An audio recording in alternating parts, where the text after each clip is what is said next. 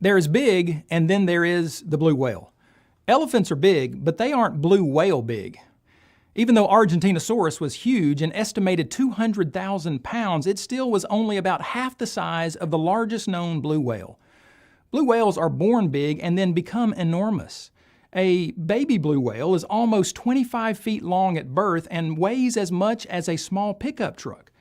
The calf feeds on its mother's rich milk and gains about 200 pounds every day during the first year of life.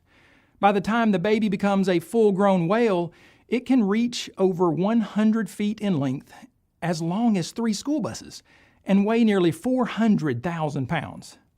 Blue whales have a fluke that propels them forward underwater that is wider than a racquetball court.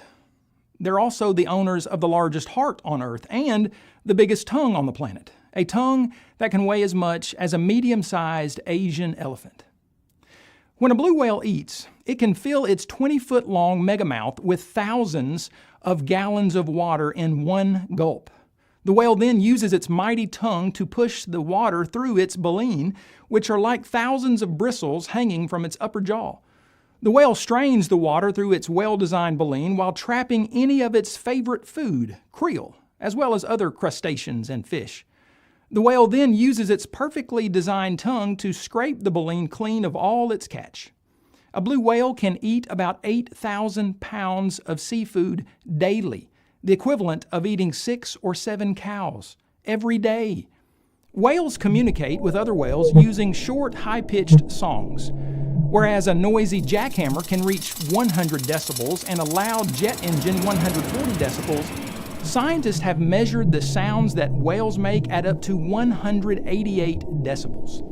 A whale's communication ability is so powerful that researchers have recorded their songs from over 500 miles away, or the distance that separates Washington, D.C. from Cincinnati, Ohio. Evolutionists claim that whales evolved from land animals. In fact, the standard evolutionary explanation is that a sea creature evolved over millions of years into a land animal, which millions of years later went back into the water and evolved into the sea creature we call the blue whale. Allegedly, a wolf-like animal began eating fish and started living more and more of its life in the water. Over millions of years, this four-legged creature supposedly began living full-time in the oceans. Its front legs became flippers, while its back legs became tiny and non-functional. The creature's dog-like tail became a fluke, its teeth disappeared, and then voila, perfectly designed baleen conveniently evolved in just the right place. Where's the proof for such a whale of a story? Actually, there's no proof, just evolutionists' interpretation of various bones and fossils. No one has ever proved or will ever prove that the blue whale's great ancestor was a four-legged land animal any more than this dog-like animal's great ancestor was a fish. Whereas humans and most land animals could survive for only a few minutes in the frigid waters that marine mammals call home, whales are perfectly designed for life in the sea. The blue whale can withstand bitterly cold water temperatures because of the tens of thousands of pounds of blubber in its body. This blubber, which is made up mostly of fat, functions as insulation, helping keep the whale from freezing to death in chilly waters.